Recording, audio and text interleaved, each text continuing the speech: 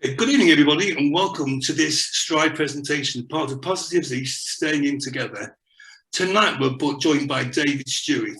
Many of you will know David Stuart from his invaluable work in the world-famous Dean Street in the heart of London's Soho, where Dave's a drug support worker and sexual well-being advocate, and he also manages the Chemsex Support services at Dean Street. So he's going to know what he's talking about. Dave, it's a pleasure to have you with us. Good evening. Hi, Greg. Thank you. So just before we get into your presentation, how has it been for you at Dean Street with lockdown? How are services at the minute? Oh, Dean Street stayed open, 56 Dean Street stayed open throughout it, but it did have to adapt it because it's obviously a building that gets a lot of traffic and a popular clinic. But yeah, it stayed open, but everything was adapted, a lot of remote work. Okay, but if any of our clients or any of our viewers or clients of yours, it's still business as usual? Well, call first. The main change that's happened with since COVID has been that walk-ins just aren't possible. So it's everything. It's mostly much more appointment-based, and we're trying to clear the rooms, clear the waiting rooms as much as we can. So a lot of it is done remotely. So yes, it's business as usual, but ring first to find out how your consultation should go. Great. So tonight we're going to be talking about chemsex. My role at Positive East, I meet a lot of clients and do a lot of registration and assessments of people coming into our service. And we're seeing still a lot of problems with chemsex. So we're all really interested in what you've got to tell us. So whenever you're ready, Dave, it's over to you. Okay, thanks, Greg. And it's nice to be back. 56 Dean Street's come to in person in the past to Positive East quite a few times over the years. It's always been one of the favourite things on my calendar. Thank you. And yeah, and it's weird to be doing it by Zoom, but yeah, I think we're all used to it by now. So I work at 56 Dean Street, which I think you all know is the sexual health and HIV clinic in central London in Soho. And from right from the very beginning, I think it was the staff there when it opened about 11 years ago were very familiar with chemsex because it was just one of them. It was very common amongst the presentations there. And so in that respect, it was a nice home for Chemsex Support because in 10 years ago, 10 or 11 years ago, there were a lot of HIV infections happening in London as a result of or associated with chemsex.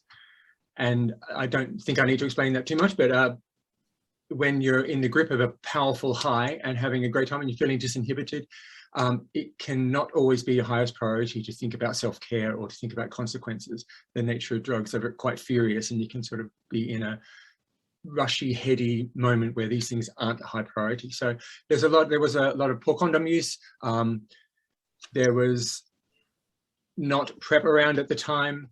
And I don't think U equals U was a well understood concept either. So I mean, I think there were a whole lot of HIV infections happening in chemsex context. And I think the 56 Dean Street Clinic's Chemsex Support was really to sort of help manage that. But obviously it was more than just HIV prevention. And I think considering the fact that we're talking to Positive East, so it's in regards to living with HIV and doing chemsex, there's not actually too much to worry about. When you're talking about HIV prevention, it's a very important sort of intervention that can be done. But I think when people who are HIV positive, there's not a lot of worrying interactions between your HIV medicines and the chems themselves. According to like pharmacology, yes, there is a possibility that a person who's taking antiretroviral HIV medicines who are doing G, that it can increase the high. So it might increase the likelihood of a G overdose if you're on HIV medicines. But that's just pharmacology. There's not been a single human being in research or a project with research that's found any people that have died because of that or that they have overdosed as a direct result of their HIV medicines. So I think if you are overdosing from G, it's probably got less to do with your medicines, more to do with your dosing. And we'll talk about that in a little bit too. So chemsex is the use of drugs, usually crystal methamphetamine, methadone, and GHB, used specifically for sex. And these drugs are, widely available on Grindr and hookup culture. They make sex really good, but they have really complex consequences too. So Chemsex Support is very much about learning how, if chems are playing a role in your life, is that by choice because you want them to? Is it something you feel in control of? When you do drugs, does it feel like an impulsive reaction to a craving that keeps on happening despite wanting that to happen or not? Or is it a choice that you feel you have ownership of, agency over, and that you choose when it will happen and you're happy with the consequences.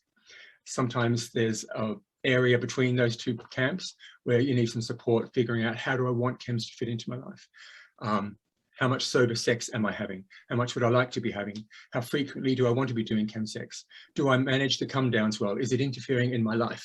Am I still able of having sober sex? Is it interfering in my ability to form relationships or to enjoy friendships and enjoy my social life and hobbies? Or is it becoming more frequent that I'm losing interest in those things? Is that a problem for me? Is it not? And sometimes Chemsex Support is just a place to explore those issues. Mainly, I think Chemsex Support is about making changes. I think there's the nature of drug use is the sneaky thing about drugs and drug use is that it can creep up on you before you even know it, and denial and fear of making changes are just wrapped up in the same package. You know, you can, if we could all realize, oh, this drug is having an impact on me and I want to put boundaries in place to prevent that. That's such a self-esteemed sort of grown-up place to come from, and not a lot of us are blessed with those kinds of skills. Usually the drug use creeps up on us until it is a problem, and only then do you realize it's a problem, and you can be quite frightened about addressing it or making changes. It might be the stigma of addiction or drug use, or having to give up the drugs forever, that prevent people from accessing chemsex support. Excuse me.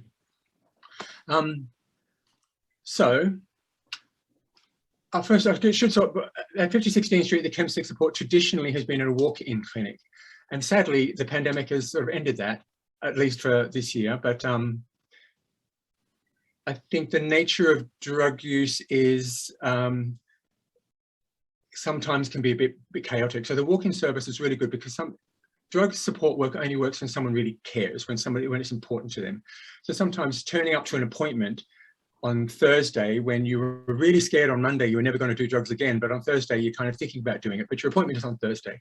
So the nature of drug use can be very about ambivalence. What you want on Monday is not what you want on Saturday night. And that sort of upsetting cycle that a person gets in of, I do want it at this time of the week, but I don't on that. And I'm in this cycle for a year and all these consequences keep happening. So appointments, a large number of chemsex appointments people don't show up for, but they were very good at walk-in clinics because a person shows up when it suits them, when they're ready to make changes, when it's important to them. And when those ingredients are there, great success happens. But when you're talking to someone who is only there by appointment, or they don't want to be there, or they're there because a boyfriend or a nurse told them they should be doing this, it never really works. So the pandemic has sort of shut down our walk-in clinics, but we are doing our best to support people remotely. So there are Zoom appointments and a lot of immediate email support. And all you have to do is go to the 5016 Street website and check out the Chemsex pages to figure out how that works. And we'll try to tailor a plan for you. There's also other services too. There's the Antidote LGBT Drug and Alcohol Service at London Friend is also coming out of the pandemic in its own way. I'm not sure where they are at the moment, but they've got really good chemsex support services, as well as more general drug and alcohol use. Because at Dean Street, we're very much focused on chemsex where it is recreational and where it is associated with sexual contexts. But at London Friend, that's when sometimes drug use can happen outside of that, like physical addiction to G or using crystal meth on a daily basis, not just in sexual contexts. And in those cases, the problems associated with them are a little more complex. So you do need a proper drug support service, not just a sexual health clinic. So the Antidote service at London Friend can be really helpful in that case.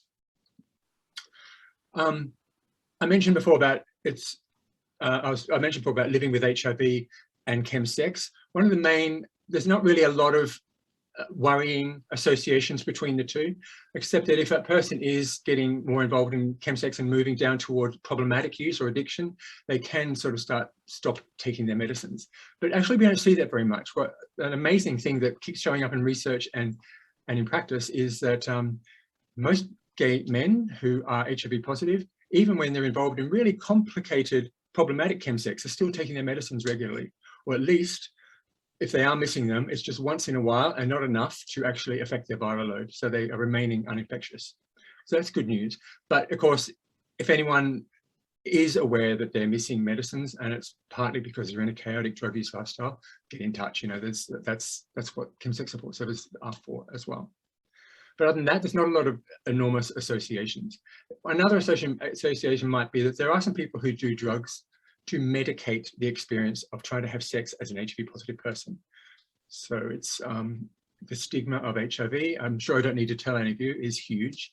And there are some people who just feel, rather than feeling disinhibited and free and sexy and horny when they're in bed with someone, they're very much aware of a disease in them. And that can really ruin the experience of the pleasure of the sex they're trying to have.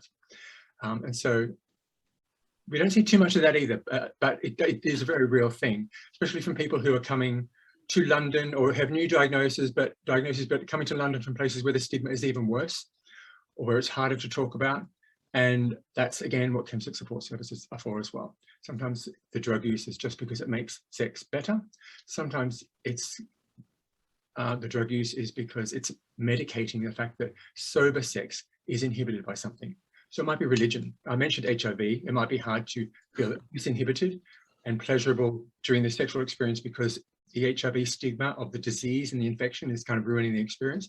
But it might also be religion. So it might be, there are some people when they're having sex, all they can think about is God is in the room judging them, or their evangelistic mother who believes in religion is just so enormously disappointed, or just the sinful naughtiness, abomination stuff of it can be so weighty in the room that it can just ruin the experience of it. And people find that drugs can make that go away as well.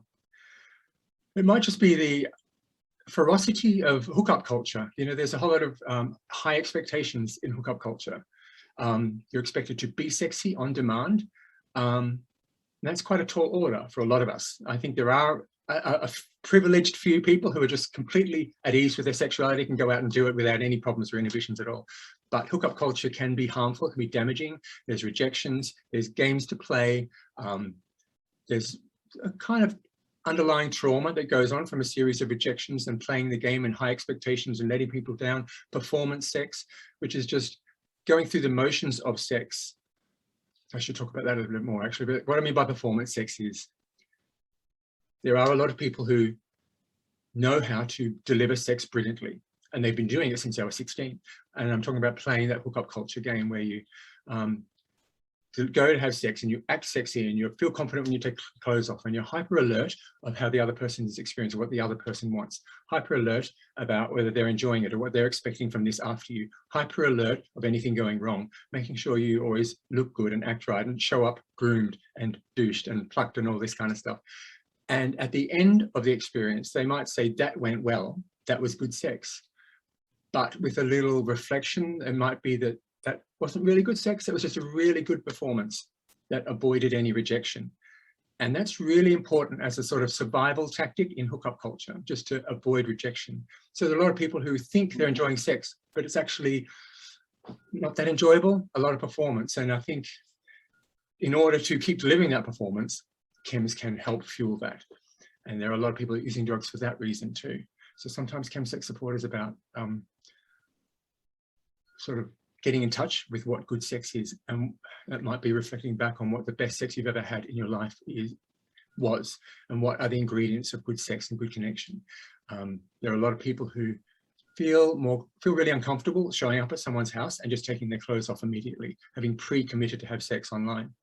And a lot of them sort of feel like, if I meet you first, like for a coffee or a drink, and then if we flirt within the first 20 minutes, and then I can make that decision about whether I feel sexy and comfortable with you. But hookup culture doesn't really allow for that. And it takes quite a lot of courage to say, I'm not committing to have sex with you yet until I meet you and have a chat and see if we get along. And after that, I'll decide if I want to do it or not. That kind of language just doesn't work too well in hookup culture. And there's some people who are really good and, like I said, self-esteemed and strong and very confident in their communicative skills, and they know what they want and feel esteemed and sort of entitled to ask to speak that way. But a lot of us aren't learning those kind of techniques of what we want from sex. How do we find it? How do we keep ourselves safe? How do we acknowledge our vulnerability in sex? Because hookup culture doesn't allow a lot of room for that either. Sort of just saying, I do get nervous taking my clothes off with a stranger. I need to talk to someone for 20 minutes at least before I know if I will be having sex with them or not, if I want to or not. I do want to change my mind sometimes. Sometimes I say yes, but an hour in to me arriving at your place, I don't want to anymore. And I don't always have the communication skills to say that. I feel obliged to carry on. And all these kind of consent issues. that can be really complicated to navigate, and chems give us the confidence to get through all that, to just bolster through. And in sort of chemsex culture, a lot of that stuff can just be swept under the rug and you just get on with it, just in this ferocious chem high. And I am glad that I do really care that all gay men, queer men, all people in fact sort of are able to enjoy sex without any stigma, without any shame, fully aware of their vulnerability, able to communicate that to others, aware of what their boundaries are and how to communicate those in a sexy way without, and managing the rejections that might come when they do that. Everyone deserves that. And if it takes drugs for people to experience that disinhibition, well, I'm glad that people can experience it, but I wish they didn't come with so many consequences.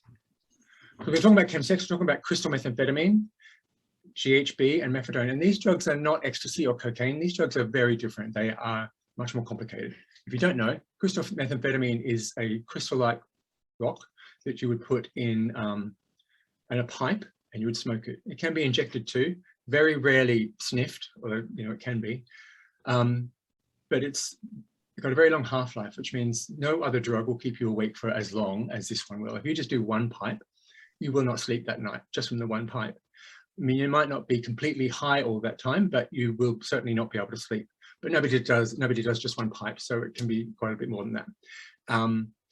Also, no other drug releases as much dopamine in the brain as this drug does. So crystal methamphetamine high is really powerful. Whatever sort of filters you have for this is appropriate behavior and this is not, or that exists in fantasy, but I realize that it's quite dangerous in real life. Those kinds of filters that help us figure out those things, they pretty much get switched off.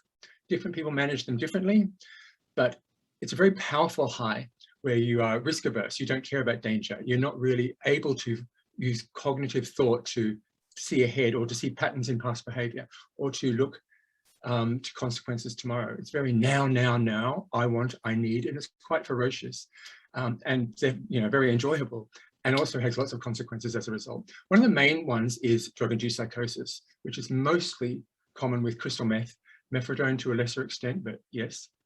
And the crystal meth psychosis is really frightening and more common than you think. There might be people that you had sex with last weekend who were experiencing undescribable fear, but they were acting fine while they were with you. And they are so busy. You might recognize it if you see it a lot, but it is very, very frightening. So a typical story might be, I was at this chemsex party and all these people were there and they were whispering about me. I'm sure they were.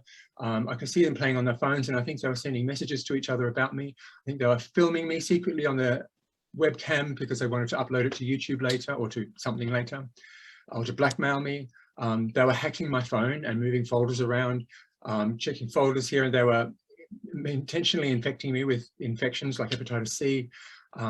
They wouldn't let me leave, or I did leave and they were following me home and I could still see they were still hacking my phone. These are really common experiences. I would say about 60% of people who do crystal meth and miss a night's sleep will have experienced some level of that at some point or known someone that has, because it's incredibly frightening state for the human body to be in. Basically, that drug is triggering all of your central nervous system stuff. Like when you see a snake or you're in danger, for instance, your body changes. You release a lot of dopamine and adrenaline. All the blood rushes from your central parts to your arms and legs so you can fight or run from the danger. And your body is hyper alert to danger everywhere. Your senses are just on fire, like spider senses. And that's what happens when you're in danger, and that's the state you get put in by these drugs. So crystal meth puts you in that state, but no human body is designed to be in that state for such an extended period of time. So the body is alert to danger, but there is no danger because you're having sex with people. It's nice, or there is no danger, but your body is looking for it. Mm. And so cognitive dissonance is when our bodies, our brains are trying to entertain two contrasting concepts at the same time.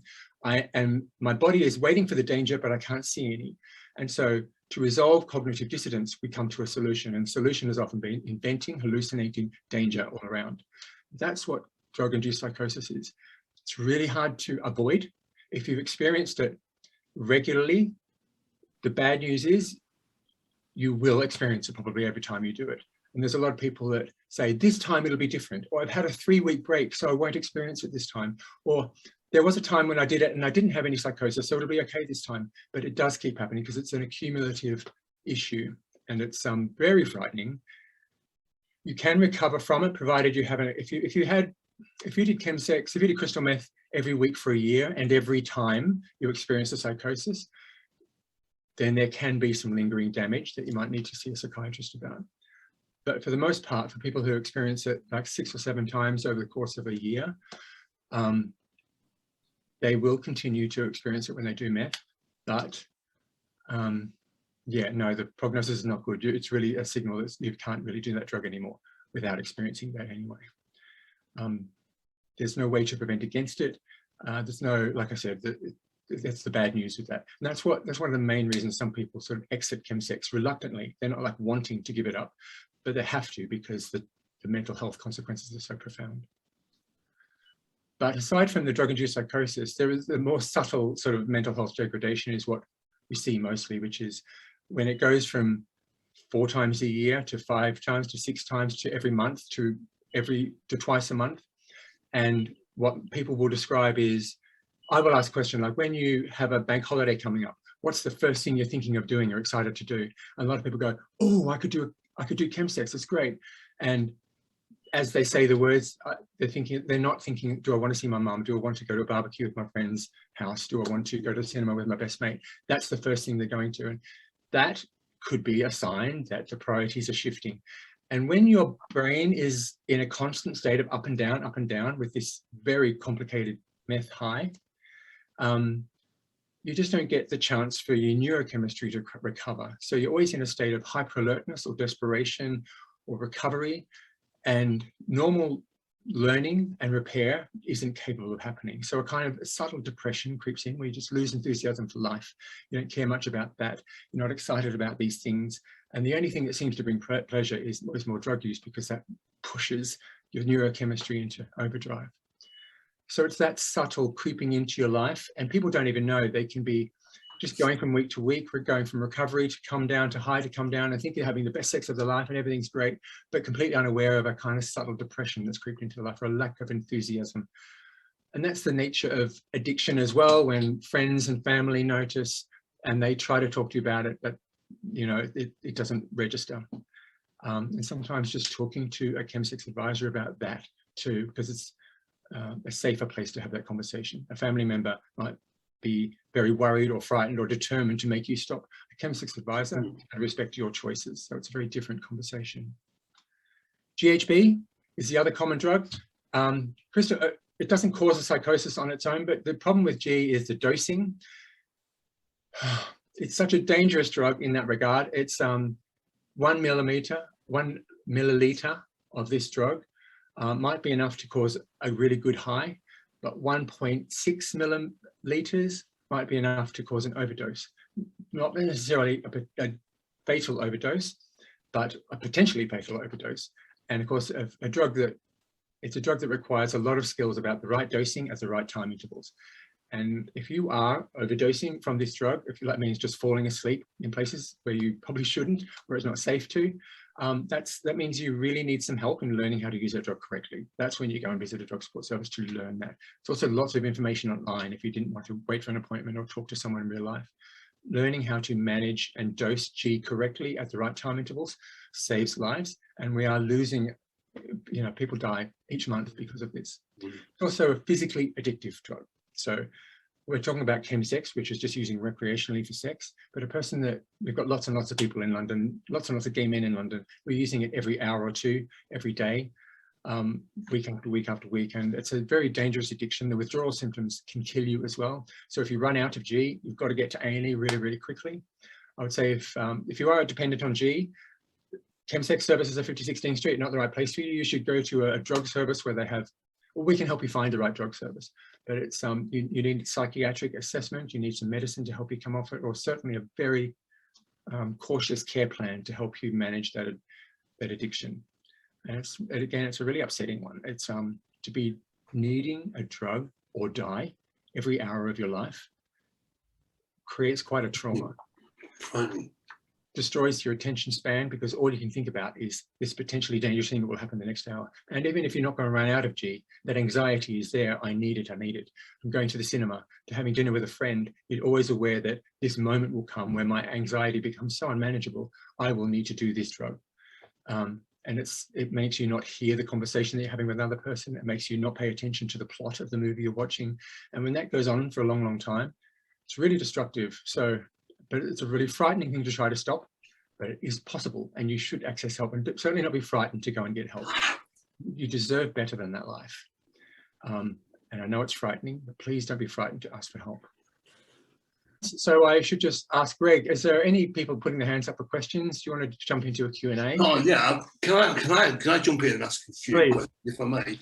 When people are passing out on G and Chemsex party, I'm just talking about Chemsex first aid now, because I've been in situations where people are really, shall I phone an ambulance? Will the police come? It's all panic, panic, panic. What can we do to help someone who's like overdosing on G and rolling around and they're a mess? Some people say giving them a little sniff of cocaine will help them. Is that a myth? Does that work? It doesn't work.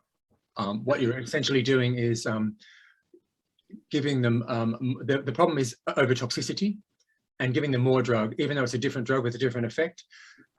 Nothing can counteract the fact that the body is, it's a myth. It doesn't work. But if someone is rolling around from too high, then that might not be, the danger comes when they are not conscious. So obviously they're still in danger. If someone's writhing around and they're not fully alert, but they're moving and breathing, that's kind of okay. What you've got to do is keep an eye on them so they don't smash things, that are not running around onto the street or running out, keep them in a safe place and try to keep them from hurting themselves or others in that state. But that's not a near-death state. That's an incredible high. After that passes, they will probably become unconscious. And that's when they fall asleep, and it looks like a sleep. And I need to tell everyone it's not a sleep, it's a coma. And there is a high likelihood that they will wake up naturally from this and feel fine. You've all seen it. It happens in Chemsex parties all over the place. But sometimes they don't. And there's nothing that you can really do from a non-professional point of view to say that person who's asleep on G over there will be fine and that one who's asleep on G over there won't. There's no way to tell the difference, except to very closely monitor their breathing. If someone is asleep on G, call an ambulance. If you don't, the chances are they will wake up fine, and you'll feel like, oh, I didn't need to mess up the party. I didn't need to call an ambulance because they're fine. But you don't know whether they're going to wake up or die, and you want to do the right thing. You do. There it is. I would say that there's normal fears, like what are the ambulance people going to think about us all naked, about the lube everywhere, about the dildos, about the porn on there. I promise you that we're in London, we're lucky. Ambulance services are so familiar with this. They get called to more Chemsex parties than you, disproportionately so. It's quite ridiculous. So they are more familiar with this than a lot of staff at 5016 Street are. They see it in the flesh, and their priority is saving lives. They don't care about stuff like that. I would say that having drugs on your person is against the law. Most ambulance workers, I think, are not looking for that, but of course, health professionals do have responsibilities to report crimes when it's harmful. So I can't guarantee. I would just say that having drugs on your person is against the law. Having drugs in your bloodstream is not. Okay. So I'll continue with that theme, David. When people are sort of falling asleep, I've heard some people say, wake them up, shake them, walk them around. Some people say, just leave them to it. What's the correct thing to do in that situation? They're writhing around, you've got to, try to bring them to, because, okay, so the nature of the G high is a very indulgent one. When you've taken too much, you can just roll your eyes and just feel so good. I shouldn't be performing it because I'll make a fool of myself, but rolling your eyes, fully aware of your sensuality and your horniness and the sensations you are feeling, and you want to indulge it because it's a gorgeous high. But when someone just sort of goes, oi, oi, come back, come back, come back, people can, not all of them, but they can pull themselves back and just stop that indulgence, realize this wasn't a safe place to do that. Okay, I'm making a fool of myself, or that can, it's a sign that you've done too much G, basically. So it is good if someone can be with you and keep you alert. And if it's not possible, make sure, keep an eye on them. They're not going to necessarily die from doing that. They're breathing, they're active. It's just, they're really, really high. But what you've got to do is protect. them from consent issues, like you don't want someone else to come and have sex with them when they're in that state. You've seen them when people are in that state, they are very horny and acting like they want sex. I think a sober, kind, intelligent person can say this person is not consenting, but that can be confusing in a chemsex environment where everyone is high and people have been awake for a while, and a lot of people are really high and looking for sex and horniness and stuff, but knowing that this is someone who's not fully consenting. So the person, the friend who is there, or the person who's there, has a responsibility to keep that person safe from doing things that they might regret later, doing things that might hurt themselves, lashing out, smashing windows, leaving the house on their own and walking into traffic. So you don't just leave them, you pay attention to them, but you don't need to call an ambulance at that stage. You call an ambulance when you can't engage with them and they can't answer a question for you, and usually when they've stopped acting and they're not breathing so well. Well, why is chemsex mainly a gay issue, I believe? Why is it just gay people, gay men that engage in this activity? I don't know. I mean, we love sex, you know. I think sexual liberation defines our existence, and we invest in it. And it is how we meet. It's how we make friends. It's how we recreate, like recreation. It's how we commune. It's pretty much defined us. And even sort of AIDS kind of added to that. It added that gayness is about gay sex. It's very much that. I think there's a whole lot more to us that defines us as being gay. My mum knew I was gay when I was 6 years old. I wasn't having sex with men then, I promise you, but she knew it. So there was something about me that made me gay that was not about the sex I was having. But sex is a great big part of our lives, and it's not easy. You know, it's the trauma of AIDS, the trauma of religion, the fact that most society historically has thought that the sex we want to have is disgusting. And the fact that we want to make it such a major part of our lives when it is so disgusting, that can be internalized. So I think loads of people do drugs and alcohol to medicate sex. Loads of people do. I mean, I know a million housewives who need to be drunk before they let their husband have a poke. You know, that's the chemsex is really about a gay cultural phenomenon. It's about party and play culture. It's about hookup culture, about Grindr. It's about the widespread availability of it. But mostly it's about, in a very large part, it's about a lot of gay men that are struggling with the pressures of having gay sex and enjoying it. Whether it's a hookup culture and the rejections, whether it's the expectations put upon you, whether it's needing to be sexually confident in every given moment and not having the skills to communicate vulnerability, whether it's feeling disgusting that sex you're having, whether it's your mum's voice in the room or your homophobic uncle or God saying what you're doing is disgusting. There's a whole lot of, or just the fact that AIDS has made our sex about death and disease and danger.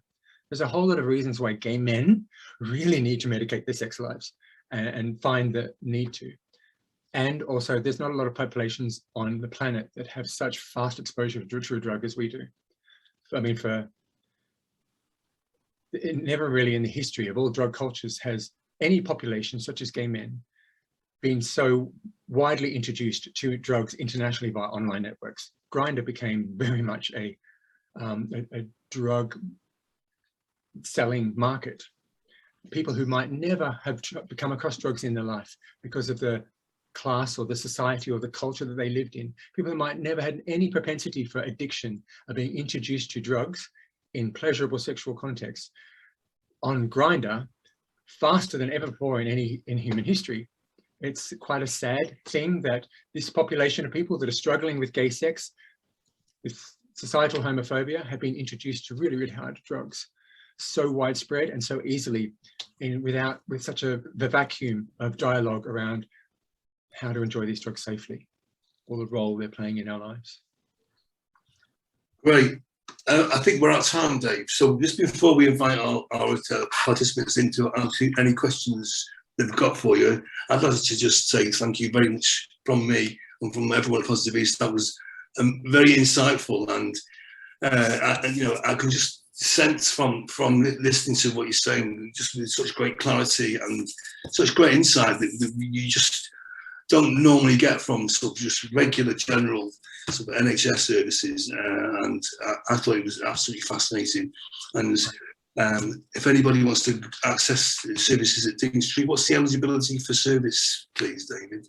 At the moment, it's remote, so there are no walk-in chemsex support services. So it's remote, it's on Zoom, but lots of instant email chat too. So if you can't wait for a Zoom appointment now, you can get pretty much now immediate service up by email. And it's all on the Chemsex pages of the 5016 Street site.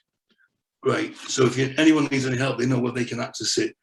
Dave Stuart from 5016 Street. We're out of time. Thank you so much, and I'll see you again. Thanks for having me. Goodbye. Bye.